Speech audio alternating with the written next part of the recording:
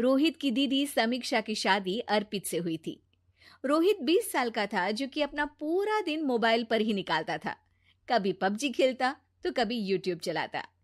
एक दिन अर्पित और समीक्षा समीक्षा के मम्मी पापा से मिलने आते हैं और देखते हैं कि रोहित मोबाइल से हटने को तैयार ही नहीं है। अरे रोहित, तुम्हारी तो आईआईटी की परीक्षा है ना? तुम तैयारी नहीं कर रहे हो परीक्षा की? वो सब तो मोबाइल पर ही हो जाएगा। ये देखिए, ये है गूगल। इससे जो भी पूछो वो सब बता देता है।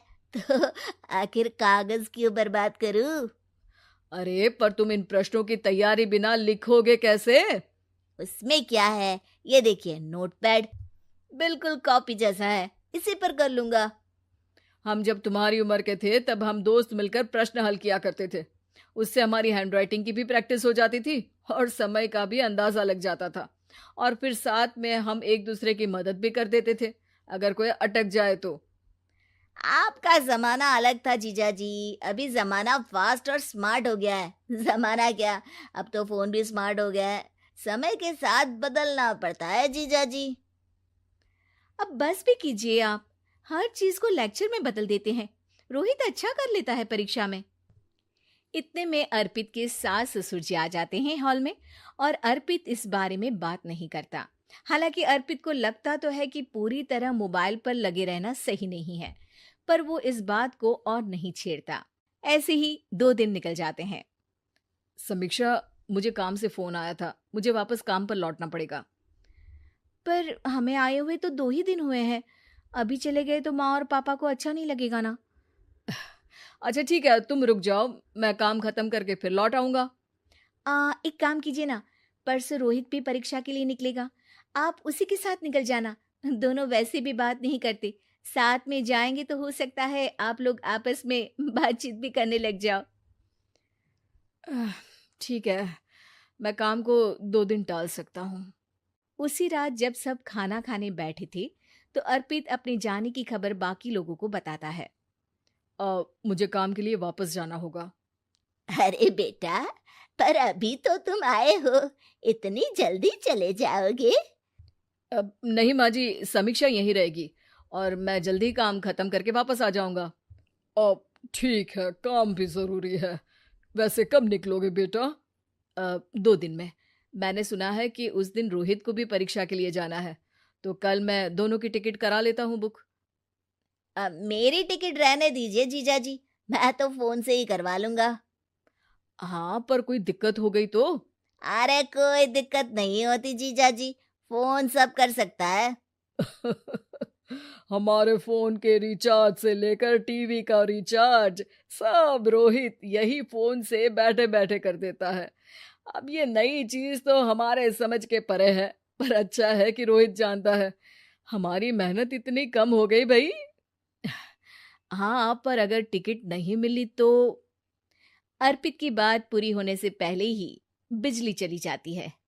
अरे ये क्या हो गया, आपने बिजली का बिल भर तो दिया था ना? अरे नहीं, मैं तो भूल गया था। अरे टेंशन मत लो माँ।